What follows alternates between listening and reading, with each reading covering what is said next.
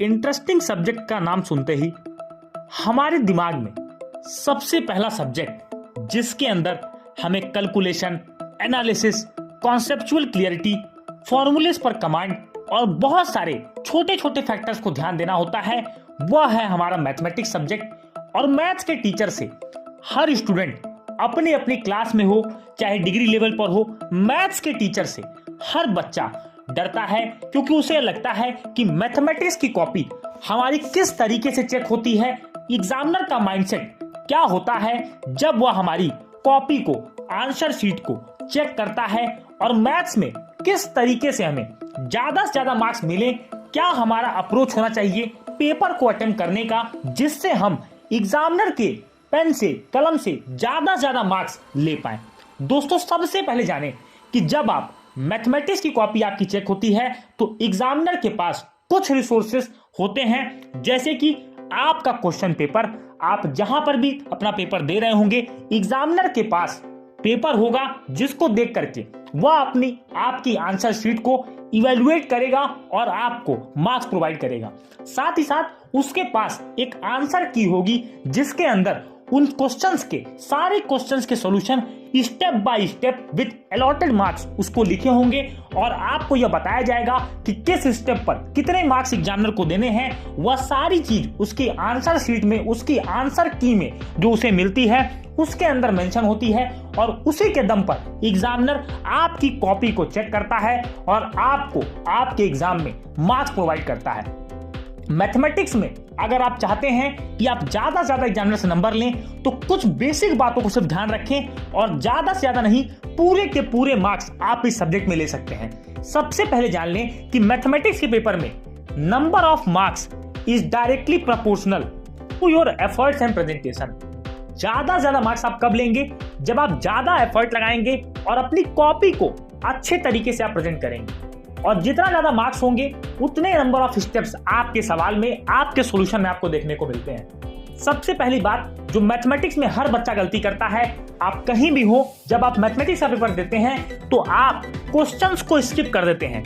यही काम आपको नहीं करना है। यही गलती एक पास वाले स्टूडेंट में, एक फेल वाले स्टूडेंट में यही होती है कि एक पास होने वाला स्टूडेंट हर क्वेश्चन का जवाब जरूर देता है, हर क्वेश्चन को अटेम्प्ट करता है, क्योंकि उसे पता होता है कि अगर मैं एग्जाम में क्वेश्चन अटेम्प्ट करूंगा तो मुझे एग्जामिनर कुछ ना कुछ मार्क्स जरूर प्रोवाइड करेगा, और जब मैं किसी क्वेश्चन को छोड़ दूंगा तो मुझे कोई भी अंक नहीं मिलने वाला। तो ये गलती आपको नहीं करनी है। दोस्तों, मैथमेटिक्स के अंदर हम बहुत सारे सेक्शंस को पढ़ते हैं, चाहे वह कैलकुलस हो, अलजेब्रा हो, ज्योमेट्री हो, कई तरह के सेक्शंस हम मैथमेटिक्स के अंदर पढ़ते हैं, और हमें हर सेक्शन के अंदर अलग अलग अप्रोच के साथ जाना चाहिए। यानी कि जब हम ज्योमेट्री के क्वेश्चंस को सॉल्व कर रहे हैं, अगर हम किसी थ्योरम को प्रूव कर रहे हैं तो हमारा फोकस थ्योरम के स्टेटमेंट पे, थ्योरम को प्रूव करने वाले डायग्राम पर और हर स्टेप के सॉल्यूशन पर, ताकि हम रिक्वायर्ड और डिजायर्ड रिजल्ट तक जरूर पहुंच पाए।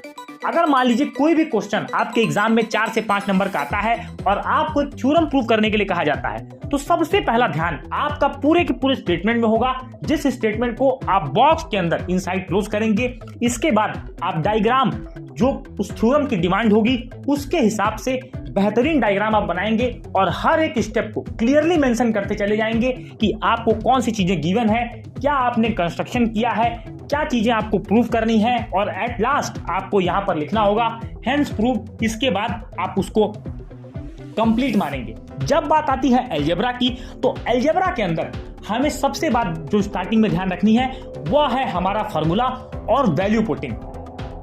फिर आपको तीसरा स्टेप ध्यान देना है आंसर। जब भी आपसे कोई अलजेब्रा का क्वेश्चन पूछा जाए, अगर आपसे पूछा जाए a+b का होल स्क्वायर, ऐसा कोई क्वेश्चन आपसे पूछा जा रहा है, तो पहले पूरे फॉर्मूले को लिखें। फिर इसके बाद क्वेश्चन में जो वैल्यूज दी हुई हैं उन वैल्यूज को पुट करते हुए आप आंसर को लेकर के आए।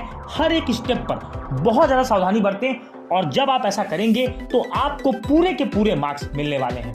अब बात करते हैं, अगर आप कैलकुलस का टॉपिक पढ़ रहे हैं या कोई आप ऐसा टॉपिक पढ़ रहे हैं जिसके अंदर आपको बहुत ज्यादा कॉम्प्लेक्स कैलकुलेशंस करने हैं, कई सारे फॉर्मूलेज को लिखना है, तो आप एक तरफ सॉल्यूशंस को लिखते जाएं और साइड में उसके जो जो फॉर्मूले को आप यूज कर रहे हैं वो फॉर्मूलेज को आप मेंशन करते चले जाएं। इससे एग्जामिनर आपके स्टेप्स को, आपके क्वेश्चन के आंसर को रिलेट कर पाएगा, उसको उसके अंदर एक इंटरकनेक्शन को सेटअप कर पाएगा, और आपको मार्क्स, वह ज्यादा मार्क्स आपको दे पाएगा।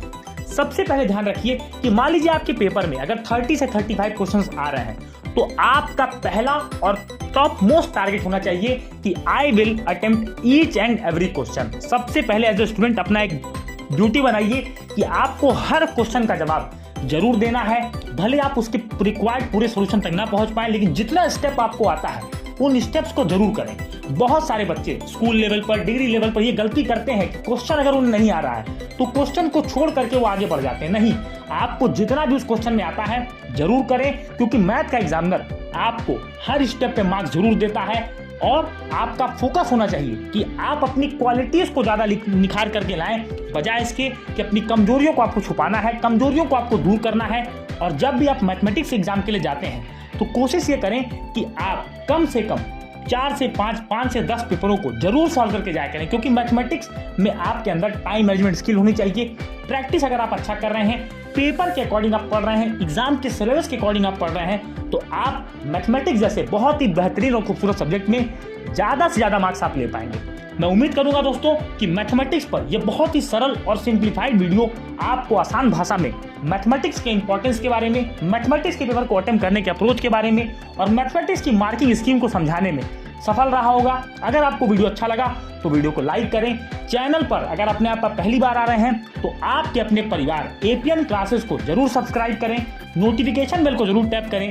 मिलेंगे अपने अगले वीडियो में, तब तक के लिए जय हिंद, वंदे मातरम।